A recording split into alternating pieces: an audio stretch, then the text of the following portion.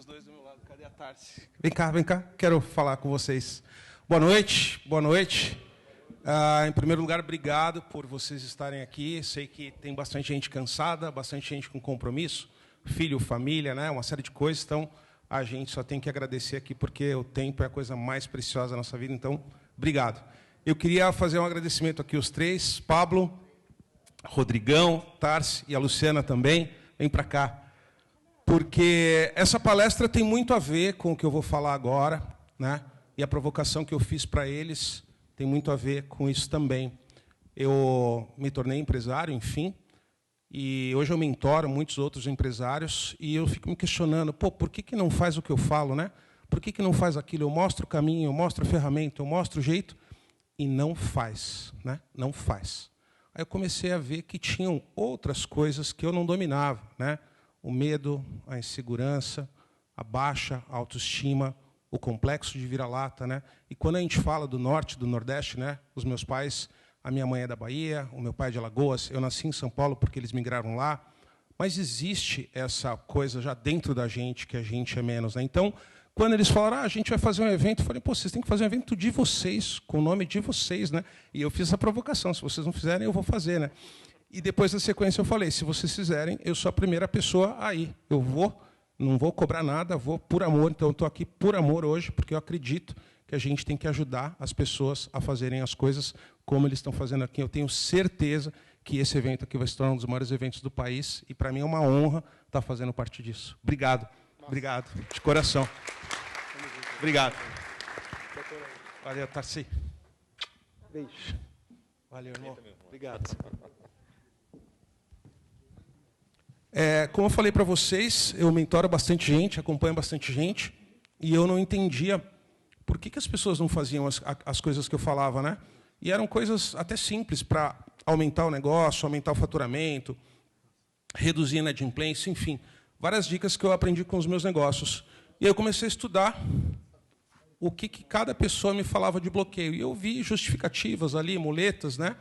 E fui pensando nisso. Mas eu não gosto de expor os outros. Eu falei, eu não posso falar desse tema falando, os empreendedores. Eu falei, então eu vou falar de mim, né? E aí eu fui atrás disso aqui, que 20 anos de terapia me ajudaram a achar sobre o meu complexo de vira-lata, né? Então hoje aqui eu vou um pouquinho expor para vocês as minhas vergonhas, expor os meus medos. Não é uma palestra do guru, não é uma palestra do cara, não. É uma palestra de tirar a roupa e mostrar medos e fraquezas que precisa de extrema coragem para fazer em frente ao público. Vamos lá. Vamos começar aqui. Como tudo começou, minha mãe, analfabeta, baiana, juazeiro, meu pai, analfabeto, de Alagoas, migraram para São Paulo na década de 60, eu nasci em São Paulo na década de 70, e a violência doméstica comia solta em casa, todo mundo apanhava muito, tinha abuso sexual, era uma situação muito, muito, muito complexa no nosso dia a dia. Estava caminhando como um ciclo todo de bisavó, avó, pai, mais um analfabeto, mais um subemprego, vai ficar na rua, né, sem fim. Então, era esse o caminho aí que as coisas estavam andando. Aumenta, por favor. Espera aí que eu vou botar de novo. Conseguiu aumentar aí?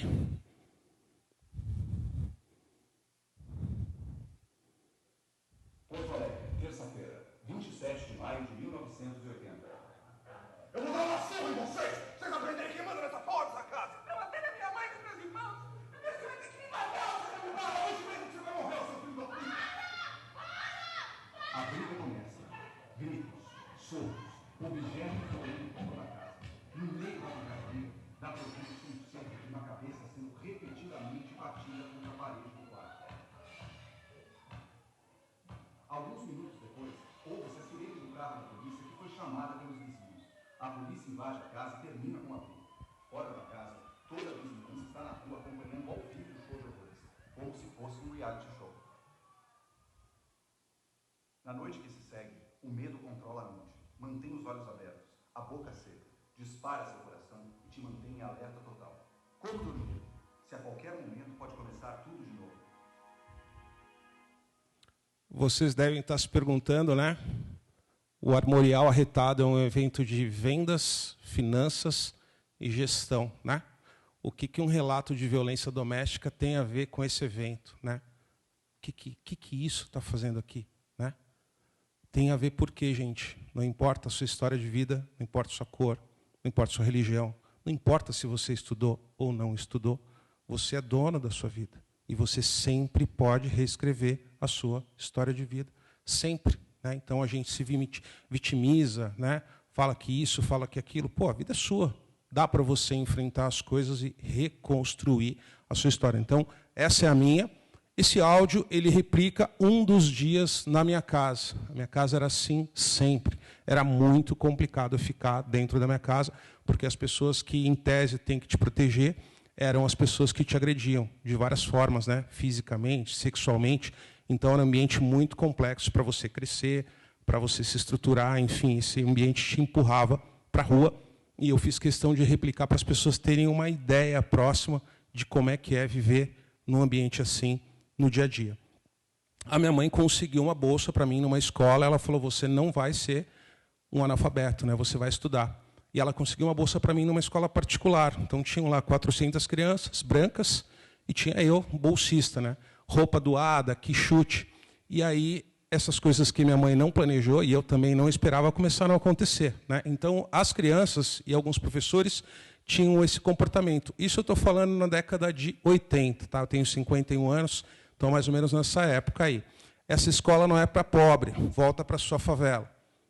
Fiquem longe do pretinho, ele tem piolho. Aquele menino está sempre com a roupa suja. Tudo que eu usava era doado, né? Então é aquela roupa desgastada, né? Que você bate o olho e sabe que aquilo já se perdeu faz tempo. A mãe dele apanha do pai, ele não é boa companhia. A casa era um ambiente de inferno, e a escola, que a minha mãe, com a melhor das intenções, pensou que ia criar um ambiente legal para mim, virou o segundo inferno. Né? Então, estar em casa e estar na escola era muito ruim. O que aconteceu? 7ª série, eu saí da escola. Saí, virei para minha mãe e falei, não vou viver mais naquele lugar, não vou mais para aquele lugar. Apanhava em casa, apanhava na escola, enfim, era um caos total e absoluto. Aí começou o processo de procurar emprego, né? Imagina que hoje já pedem, né? Tem que ter faculdade, tem que ter MBA, tem que ter pós, né? E naquela época era, no mínimo, o 2º grau, né? Eu não tinha o 1º grau. Então, eu ia nas entrevistas de emprego e rolavam essas coisas, né? Estava nos olhos das pessoas. Às vezes, algumas falavam, né? Você não tem perfil para trabalhar aqui. Porque a roupa era detonada, o meu endereço era um endereço ruim, o meu currículo era feio, não tinha telefone. Aí as pessoas mandavam, aqui só trabalha quem tem estudo. Quem você pensa que é para querer trabalhar aqui? Então, é uma máquina de moer gente, né? Te jogam ali e vão te destruindo, né? Na sua casa, na sua escola, no seu bairro, onde você tenta trabalhar. E aí você não quer ir para o crime, você não quer ir para o tráfico, mas para onde você vai? Né? Se não te dão nenhuma chance, nenhuma possibilidade. Aí, muitos anos se passaram, minhas empresas cresceram bastante, e eu resolvi me tornar sócio de um grande clube de golfe em São Paulo. Um lugar, para vocês terem uma referência, tá? Eu não gosto de falar de dinheiro, mas para vocês terem uma referência. Para fazer uma matrícula, para se tornar sócio, custava algo em torno de R$250 mil de título e algo em torno de R$9 mil de mensalidade. Né? E aí, os presidentes das empresas que eu atendia jogavam golfe lá. E aí eu falei com a minha esposa, falei, acho que vai ser bom para a gente, né? Vou estar perto dos caras, vou me relacionar, a gente está com o escritório no México, enfim. Me tornei sócio do clube. E aí, certa vez, eu estava no buffet, me servindo, e uma apresentadora de TV bem famosa me abordou e falou, oi, tudo bem, garoto? Eu falei, tudo bom. Falou, você é convidado aqui do clube? Eu falei, não, eu sou sócio. Ela falou, você é sócio? Eu falei, sou. Como que você virou sócio? Eu falei, como todos os outros. Paguei, né, os R$250 mil, paguei a mensalidade e me tornei sócio. Ela fez aquela cara, né, de inconformada e ela falou, faz um favor para mim, não conta para as pessoas que você convive sobre a existência desse lugar. E na hora, assim, eu não entendi, né, o que aconteceu, voltei para a minha mesa, que eu estava me servindo no buffet, sentei, a gente estava num grupo de amigos, e eu contei para eles o que tinha acontecido, né? E aí eles, na hora, falaram, pô, Giba, ela está te discriminando, cara, isso é racismo, você não viu? Mas eu estava assim, sabe, tão relaxado, tão de boa, que eu não entendi o que tinha acontecido naquele momento. E isso, meu negócio, minha empresa já era bem grande. Aí, muitos anos se passaram, a Honda lançou o Honda Civic, né? Que era um carro super bonito. Acordei um sábado, meti uma Havaianas, bermuda, fui na concessionária. Um dos meus negócios fazia, nessa época, 40 milhões por ano. Eu falei, vou comprar um carro desse daí. Entrei na concessionária, olhei para a vendedora, falei, eu quero ver esse carro. A mulher estava abaixada, assim, ó, cabeça abaixada, ela levantou, olhou para mim, baixou. Esse carro é muito caro para você, né? Mais uma vez, esse círculo vicioso te batendo. Aí, por último, vocês fazem ações de relacionamento com os clientes de vocês, né? Vocês vão em restaurante, em café. Eu também faço isso, né? Também levo o meu cliente num restaurante gostoso, num restaurante caro, num restaurante da moda. E eu levei um cliente, um restaurante desses. Era um cliente coreano, super formal. Eu estava de terno, estava de gravata. Eu tinha, na época, um carro da Land Rover, um Land Rover blindado, o mais alto da categoria que eles tinham, eu tinha um desse. E deixei como manobrista, enfim, almoçamos, saímos, meu cliente pegou o carro dele, e eu fiquei esperando o manobrista trazer o meu carro. E aí, um cliente do restaurante parou o carro dele, me entregou a chave e falou, cuidado na hora de manobrar o meu carro, hein? O cara me confundiu com o manobrista. Estava ali porque você vê num restaurante caro, tem um negro de terno, né? Não é normal o cara achar que aquele é um cliente. Então ele pensou que eu era um manobrista, né? Muita gente me fala, ei, você não pegou o carro do cara e foi embora? Não peguei, deixei a chave lá, esperei chegar o meu e não teve problema, né? Como é que se comporta alguém que tem complexo de vira-lata, como eu? O complexo de vira-lata é um comportamento autodepreciativo, né, de alguém que vive se rebaixando. Então, eu sempre precisava da aprovação de alguém. Sempre. Nunca estava bom. Sempre eu precisava aprovar, porque, na minha cabeça, todo mundo estava me reprovando e não estava falando a verdade comigo. A pessoa não consegue chegar a valor nela, né? Prefere valorizar as outras pessoas, né? Fica se comparando, né? Nada dela é bom. O bom é só do outro, né? Esse complexo leva uma pessoa a buscar constantemente a aprovação, né? Você sempre quer que alguém diga que aquilo é bom e você nunca acredita que você mesmo é bom, né? Quais são as consequências do complexo de vira-lata? Coloquei ali numa caixinha de margarina para ter uma referência. Eu fui reprovado em dezenas de processos seletivos e entrevista, não porque eu fui mal ou por causa da pessoa, eu já chegava reprovado. Quando eu me olhava no espelho, a roupa que eu estava, o lugar que eu morava, a pancada que eu ia tomar à noite, eu já chegava reprovado. A moça olhava para mim, ela tinha dó. Ela falava, cara, esse garoto não tem condição de fazer nada, né? Então, eu mesmo me reprovava, né? E eu perdia as vagas, não conseguia ir para frente. Entre 2003 e 2006, primeiro ano minha empresa fez R$800 mil, no segundo 4 milhões, em 2006 eu já faturava 30 milhões, era um negócio grande. E eu só atendo multinacional, empresas muito grandes, operações muito grandes. Eu ia ter reuniões com os executivos, eu fazia xixi nas calças na recepção de empresas do porte da Microsoft, da Apple, da Intel, da Samsung, da LG. Tamanho o meu pavor da forma como aquelas pessoas iam me tratar, né? Porque eu estava falando com um cara que acabou de chegar de Harvard, um cara que acabou de voltar de Stanford, um cara que era CEO global de uma empresa de 40 bi, e eu não tinha a 7ª série. Né? E eles estavam me pagando para eu ser o consultor para aquela empresa. Então, era uma tensão total e absoluta. O xixi era no carro, era na recepção, eu não conseguia controlar. Foi uma fase terrível, de muita vergonha. Em 2015, eu dei uma entrevista para um jornal, esse negócio viralizou, porque eu estava apoiando um candidato à presidência, e aí a internet me rotulou de elite branca do Sudeste, né? Esse era o meu apelido na internet, porque eu apoiava um político. E aí eu dei entrevista, viralizou, me chamaram para dar palestras. E aí o primeiro cara me ligou, pô, quero que você vá contar a sua história. Eu falei, não, cara, não vou, não tenho nada para contar. Não vou, né? Eu não acreditava em mim mesmo. Depois começaram a surgir outros convites, né? Para mais entrevistas, para mais palestras, e eu também não aceitava porque eu não achava que aquilo era capaz. Quem mudou tudo isso foi a minha esposa. Eu sou casado há 20 anos, completamente apaixonado por ela. Ela é uma psicóloga e ela sempre me incentivou, né? E falou, olha, quem se autodetona é você, quem se autorrebaixa é você, vai lá e fala, né? E aí, aos poucos, eu comecei a mudar, né? Mas são tantos anos ouvindo que você é um lixo que você passa a acreditar nisso, né? E isso acontece no nosso dia a dia, né? A gente não dá bom dia para um garçom, a gente não agradece um motorista, né?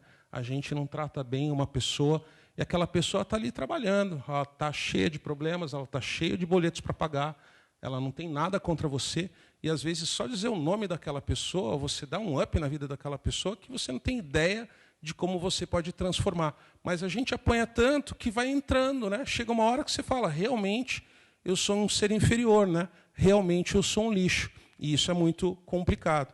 Até chega uma hora que isso cai, né? No meu caso, foi com terapia, muito tempo, são 20 anos fazendo isso, e você começa a se aceitar, né? Durante muito tempo eu trabalhava de terno, eu usava óculos de grau, usava óculos de grife. Eu sempre comprei os carros mais caros que o meu dinheiro podia acessar, porque eu achava que essas coisas iam me trazer respeito, né? E não, elas não traziam nenhum respeito, bem pelo contrário, as pessoas se aproximavam de mim por causa daquelas coisas, né? Então, aos poucos, eu fui me aceitando, né? Fui entendendo aí que eu não era um lixo e comecei a aprender a ser quem eu sou, né? Respeitar as minhas coisas, respeitar a minha origem, respeitar que eu parei de estudar na 7ª série, respeitar que eu sou filho de nordestinos, respeitar que eu sou negro. E é isso, né? Eu sou assim, Deus me fez assim, é assim que eu tive sucesso, eu não preciso tentar ser outra pessoa, né? E aí, né, chegando aqui no final, né, eu não venci na vida tentando ser quem eu não sou, né? Hoje as redes sociais, né, a gente está lotado de exemplo, né, do guru que fez isso, do guru que fez aquilo, da mulher que tem o corpo perfeito, do cara que tem as 8.000 regras para fazer as coisas. E é uma pena, porque cada um de nós recebeu uma bênção que é a vida, né? A gente é único, a gente não vai ser aquela pessoa, jamais a gente vai ser aquela pessoa. E nem seguindo o que ela faz, a gente vai ser como ela. A gente é a gente. A gente tem que acreditar nas nossas coisas e fazer as nossas coisas, né? Falar, pô, como que você deu certo, Giba, seguindo o fulano, o Beltrano, o ciclano? Não, né? Eu dei certo acreditando em mim mesmo, trabalhando muito, né? Evoluindo sempre. Então, eu bato muito forte nisso, né? Eu venci na vida sendo exatamente quem eu sou. A gente perde tempo demais da nossa vida tentando ser outra coisa, tentando ser quem a gente não é, né? Tentando copiar exemplos péssimos das coisas que mostram nas redes sociais, que é tudo uma falácia, né? Nada daquilo é verdade, é puro marketing. E aí um pouquinho aqui de como é que eu estou hoje, né? Contei tudo isso e como é que eu estou hoje, né? Então, eu sou filho de nordestinos, parei de estudar na 7ª série, eu nunca mais voltei numa classe de escola, eu nunca mais quis pisar numa universidade, numa faculdade, eu nunca tive contato com isso, não parei de aprender, falo inglês fluente, falo espanhol fluente, comecei a desenvolver aplicativos em 2008, eu não fui para o Vale do Silício do aplicativo, eu fui para a fonte do aplicativo, que é a Nova Delhi, na Índia, é lá que realmente está a inteligência, e não no Vale do Silício. Então, o mundo está aí, né? Está à nossa disposição, basta a gente querer. Eu tenho empresas há 20 anos, comecei tudo do zero, junto com a minha esposa, atendo mais de 100 clientes, todos de grande porte. Nesse período, eu faturei mais de 700 milhões de reais, e no CAGED, que é o órgão que controla o registro CLT no Brasil, minha empresa tem 14.000 funcionários registrados. Então, isso aqui não é para ostentar, de forma nenhuma, eu sou um cara super humilde, super simples, mas a gente precisa, né? Precisa mostrar para as pessoas, porque sem isso eu viro um lixo, né? Eu não viro nada. Isso aqui é minha credencial, né? Então a pessoa olha e fala, porra, o cara tem, né, estrutura, porque você manter negócios no Brasil 20 anos dando lucro não é para qualquer um, né? A gente tem impeachment, a gente tem o dólar, a gente tem o Joesley Day, Toda hora as coisas mudam, a gente tem a tecnologia, você precisa ser inovador, você precisa ser humano, né? Controlar em 1.600 funcionários não é nada fácil. Mas essa aí foi a minha história. E aí você deve estar perguntando, né, o que isso tem a ver com você? Né? O que tem a ver com vocês? Essa minha história aqui. É algo bem importante. Né? A pessoa que mais precisa acreditar em você é você mesmo. Mais ninguém. Não adianta. Você não precisa da aprovação de ninguém. Você não precisa da opinião de ninguém. Ninguém paga o seu boleto. Ninguém vai ganhar a vida por você. Ninguém. As pessoas, no máximo, vão querer te vender alguma coisa, tomar o seu dinheiro em troca de um conselho que não vai te levar a lugar nenhum. Então, a gente acredita muito pouco na gente. E a gente precisa acreditar muito mais. Se você não acreditar em você, se você não tentar defender as suas ideias, né? Quem vai fazer isso? Né? Quanto tempo a gente perde? Vocês podem ver direto sair no jornal. Executivo de 75 anos entra numa aula de surf. Senhora de 68 anos decidiu abrir uma pousada. Pessoa de não sei quantos anos decidiu fazer não sei o quê. Passou, gente. Passou. A vida é para ser vivida. Vão julgar a gente de qualquer maneira. Estão nos julgando o dia inteiro. O tempo inteiro. Não importa o que você faz. Você faz bem, te julgam. Você faz mal, te julgam. Você é magro, te julgam. Você é gordo, te julgam. Você é branco, te julgam. Se se veste bem, puta playboy. Se se veste mal, olha o mendigo. Não adianta. Então você tem que desencanar. Você fala, cara, eu sou eu. Hoje, só para vocês saberem, tá? Só tem uma pessoa que sabe o que eu vou falar agora, que é a Tarsi. Eu estava aqui com uma outra roupa. A minha roupa rasgou durante o almoço. Rasgou aqui assim. Cortou, né? Ficou tudo tomando uma fresca aqui do Recife. E aí, eu, muito louco, falei, nunca dei uma palestra, né, com o ar-condicionado ligado na região lá de baixo. Vou dar a palestra assim. Daí eu pensei, não, Pablo, até eles não merecem uma coisa dessa. Fui no hotel, troquei de roupa, estou aqui bonitinho. Nenhuma fase ruim da vida é eterna. Eu briguei com Deus 25 anos, falando para Ele, se era para eu ser um lixo, morar na rua, não ter comida, por que Ele não me levava embora? Falava para Ele, você me fudeu, tenho uma vida lixo, meu pai me detona, não tenho nada, o que eu estou fazendo aqui? Me leva embora, né? E aí, foram 25 anos muito difíceis, mas passa. Tudo na vida passa, né? Nenhuma fase é para sempre. E a maior prova disso, né, que o título da palestra é sobre o vira-lata caramelo. Olha que interessante, né? Essa pesquisa que chama Pet Censo, né, concluiu que os brasileiros elegeram o vira-lata a raça de cachorro preferida do país, né? Esse é o momento que os humilhados serão exaltados. Dá uma olhada nesse cara aqui, eu tenho identificação total com ele. Se você é brasileiro ou apenas mora no Brasil, é praticamente impossível que você nunca tenha visto um vira-lata caramelo. E a melhor parte é que 99% deles são simpáticos e gente finíssima, como, por exemplo, o Chico. E quem acha que eles são preguiçosos está muito enganado, pois tem vendedor de roupas, atendente do Serasa e até mesmo vendedor de carro.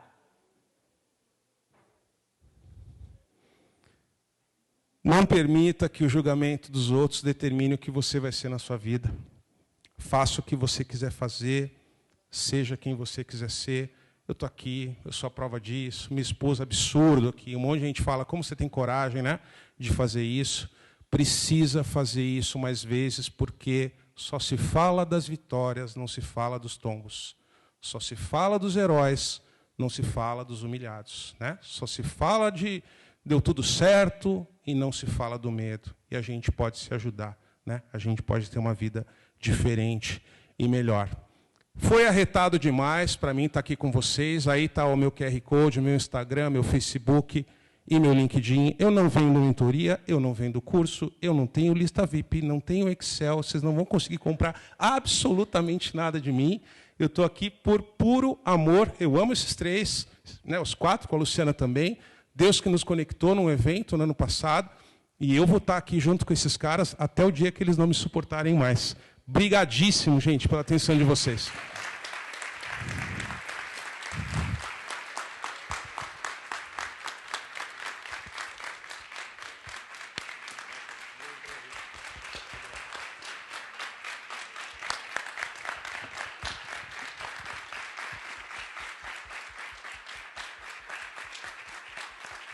Obrigado, obrigado, gente.